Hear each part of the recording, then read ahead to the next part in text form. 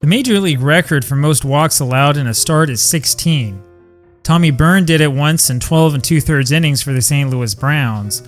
The first man to do it, however, was Bruno Haas. Bruno walked 16 in his first start for the Philadelphia Athletics in 1915. Now, the Haas story is really interesting. This was his first Major League start. In fact, it was his first professional start. And Connie Mack left him out there for all 9 innings, refusing to relieve him. Haas came from Worcester, Massachusetts. He attended the Worcester Academy at the time and was schoolmates with Connie Mack's son. He was also 24 years old. Yeah, things were a lot different back in those days. As you know, the 1915 Philadelphia Athletics were an awful team. The 1914 American League pennant winners underwent a complete overhaul as Mack refused to compete with Federal League salary offers. The Athletics came into this home doubleheader with the Yankees at 21 wins and 34 losses, tied with the Browns for last place. Apparently, Connie Mack was out of pitchers. He started rookie Cap Crowell in the first game.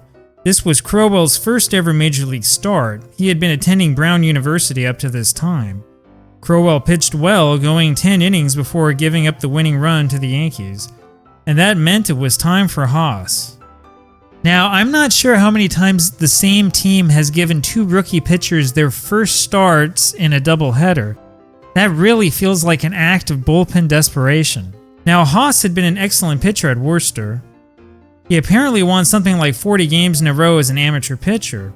Interestingly enough, the old papers didn't talk a lot about how he was old enough to have graduated from college. But anyway, Mack brought him up and decided to give him a chance right away. And I'm pretty sure that Haas was nervous. Haas promptly walked Hugh High, the first batter he faced. After getting Roger Peckinpah to fly out to right, Haas then picked High off first. But he walked Fritz Meisel, the next batter.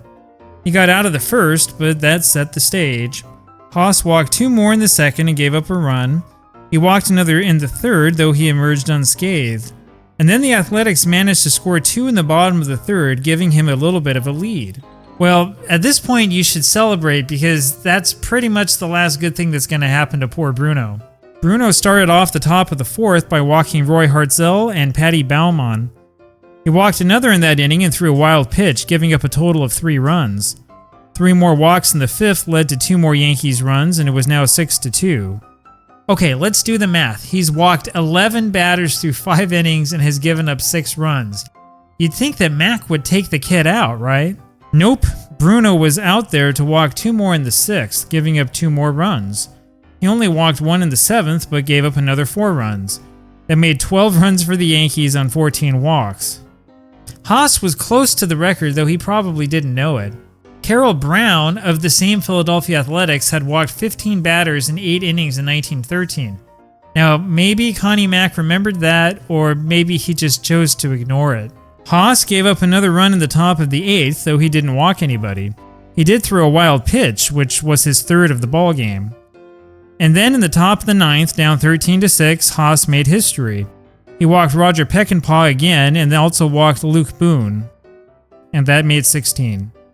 The Yankees scored 2 runs in that inning, going ahead 15-6. Philadelphia added a consolation run in the bottom of the 9th. Well, you know who scored that run? Bruno Haas.